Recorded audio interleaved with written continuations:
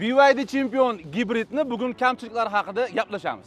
Bu mashina afzalliklari haqidagi videolar internetda to'la yotibdi, lekin men bir haftalik test drive'dan keyingi o'zim his qilgan kamchiliklar haqida gapirgim keldi. Birinchisi, qo'shimcha g'ildirakning yo'qligi. Hech bo'lmaganda dakkatga qo'yishganda yaxshi bo'lardi, chunki suyuqlik bilan balloningizni teshilganda yamashingiz mumkin, lekin yirtilganda bu foyda bermaydi. YouTube ilovasini yo'qligi, agar siz yozdirsangiz ham harakatda uni ko'rib bo'lmasligi bu xavfsizlik tarafdan chegaralangan.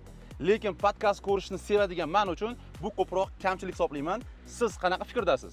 Haydovchi klimat kontrol tizimini jismoniy tugmalar orqali boshqarish imkoniyatini yo'qligi. Harakat vaqtida haydovchini chalg'itmaslik va sozlamalarni tez o'zgartirish uchun monitorda emas, tugmalar orqali boshqarilganda yaxshi bo'lardi. Avtoparkovka funksiyasini yo'qligi bundan oldingi modellarda bo'lgan, hozirgisida yo'qligini sababini bilmadim.